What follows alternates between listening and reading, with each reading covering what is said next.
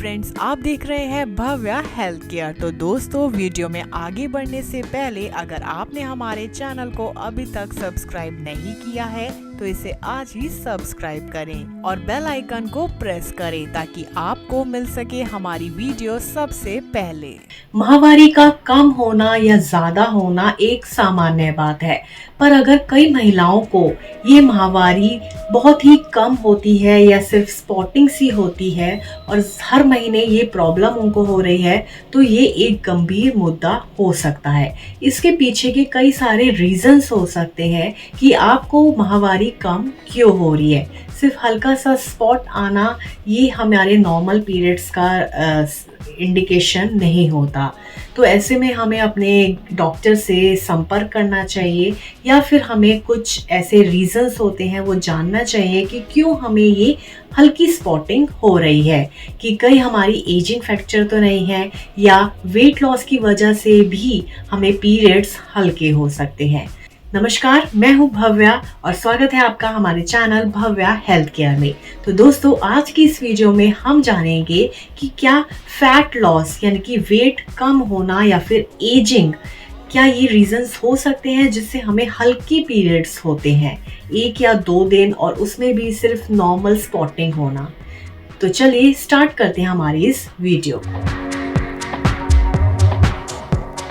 माहवारी का कम होना या हल्का आना सामान्य बात हो सकती है। यदि किसी महिला की माहवारी कई महीनों तक हल्की रहती है तो यह समस्या का संकेत है। उसे स्त्री रोग विशेषज्ञ से ये पता लगाना चाहिए कि इसके पीछे की वजह क्या है। पीरियड या शरीर में हार्मोन के स्तर में कोई समस्या तो नहीं है। ऐसे कई कारण हैं जिनकी वजह से पीरियड कम हल्का हो सकता है, यहाँ तक कि सिर्फ स्पॉटिंग ही हो सकती है। इसके पीछे उम्र, शरीर का वजन, इस्तेमाल किए जा रहे गर्भ निरोधक दवाइयाँ भी हो सकती हैं। तो सबसे पहले बात करते हैं हल्के या स्कैंटी पीरियड क्यों होते हैं, इसके पीछे के कारण क्या है। आइए जानते हैं सबसे पहले कि हल्के या स्कैंटी पीरियड के लक्षण क्या हो सकते हैं। आमतौर पर एक महिला अपने पीरियड के दौरान औसतन 2 से 3 बड़े चम्मच ब्लड खोती है। कुछ के लिए यह थोड़ा ज्यादा हो सकता है, कुछ में ब्लड की हानि थोड़ी कम हो सकती है। यदि ब्लड नामात्र के बाहर हो रहे हैं तो ये सिम्टम्स आपको दिखाई दे सकते हैं। नंबर 1, पैड या टैम्पून बदलने की जरूरत काफी कम हो सकती है। नंबर 2, माहवारी पूरे 5 दिनों तक नहीं चल सकती है, यह कम हो सकता है। पहले 2 दिनों के दौरान हैवी फ्लो की बजाय ब्लड लॉस बहुत कम हो सकता है। नंबर 4, माहवारी के दौरान सभी 5 दिनों के दौरान स्पॉटिंग जितनी हल्की हो सकती है। नंबर 5, पीरियड क्रैम्प भी कम हो सकते हैं। नंबर 6, पेट और पीठ के निचले हिस्से में दर्द कम होना और मूड में हल्का बदलाव। कॉजेज ऑफ लो पीरियड्स, कि ऐसा होता क्यों है और क्या क्या रीजंस हैं, सिम्टम्स हैं, क्या क्या कॉजेज हो सकते हैं। पीसीओएस और थायराइड से संबंधित स्वास्थ्य समस्याएं इसकी वजह हो सकती है। पीसीओएस, पॉलीसिस्टिक ओवेरी सिंड्रोम और थायराइड असंतुलन जैसी कुछ स्थितियां भी नियमित मेंस्ट्रुअल पीरियड को बाधित कर सकती है। इसके कारण हार्मोन का स्तर असंतुलित हो जाता है।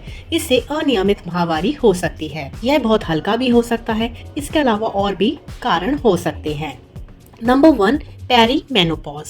प्यूबर्टी में जब पीरियड्स की शुरुआत होती है तो कुछ लड़कियों को पीरियड्स बहुत कम हो सकते हैं। पीरियड शुरू होने पर सिर्फ स्पॉटिंग हो सकती है। उम्र बढ़ने के साथ 40 की उम्र तक पीरियड्स सामान्य हो जाते हैं।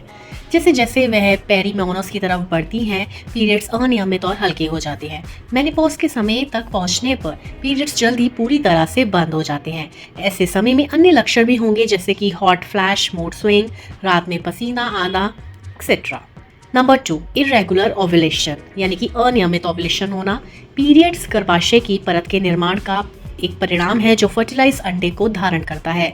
जब अंडा निषेचित नहीं होता है तो गर्भाशय की परत गिर जाती है। इस अवस्था को माहवारी या पीरियड्स कहा जाता है। जब ओव्यूलेशन नियमित नहीं होता है तो अंडे का निकलना अनियमित हो जाता है। कभी कभी कोई अंडा निकलता ही नहीं है, जिसे एनोव्यूलेशन कहा जाता है। इसका रिजल्ट अनियमित और कम पीरियड्स आपके हो सकते हैं। नंबर 3, हार्मोन्स में असंतुलन। शरीर में किसी भी लक्षण को दिखाने वाली सबसे शक्तिशाली स्थिति तनाव, स्ट्रेस है, चाहे वह व्यक्तिगत संबंध से संबंधित हो या काम से संबंधित। तनाव शरीर पर अलग अलग रूपों में असर डाल सकता है। तनाव शरीर में हार्मोनल संतुलन को आसानी से बाधित कर सकता है। यह बदले में महिला के पीरियड को भी इफेक्ट कर सकता है। नंबर 4, कॉन्ट्रासेप्टिव पिल्स, गर्भ निरोधक गोलियों का जो हम सेवन करते हैं।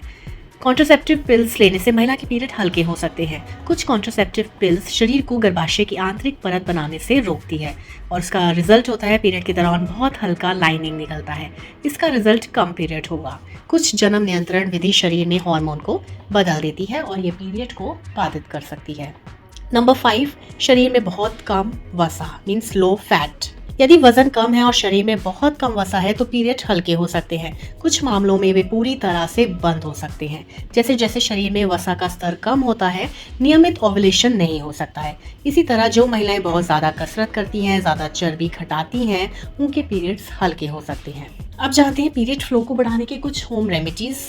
यदि ऐसा है तो कुछ नेचुरल उपाय आप आजमा सकती हैं। योग के माध्यम से अपना हेल्दी वजन रखने का प्रयास करें। अदरक और दालचीनी को अपने भोजन में शामिल करें। इन दोनों हर्ब की चाय भी आप ले सकती हैं। अदरक और दालचीनी, अदरक का जिंजरोल और दालचीनी का सिनोमेट कंपाउंड ब्लड फ्लो को बढ़ा सकता है। रोजाना सेब का सिरका पी सकती हैं। इसका पॉलिनोफोलिक एसिड पीरियड फ्लो को बढ़ा सकता है। अनानास भी खाया जा सकता है। इसकी सैपोनिन कंपाउंड पीरियड फ्लो के लिए मददगार हो सकते हैं। साथ ही हेल्दी पीरियड के लिए आप विटामिन सप्लीमेंट्स भी ले सकती हैं। तो दोस्तों, आज की इस वीडियो में हमने जाना कि वेट लॉस भी या फिर एजिंग भी हमारी पीरियड्स को कम कर सकता है। ऐसी ही और वीडियोस देखने के लिए आप मेरे चैनल भव्य हेल्थ केयर को सब्सक्राइब करें। Till then, be healthy, be happy and be fit.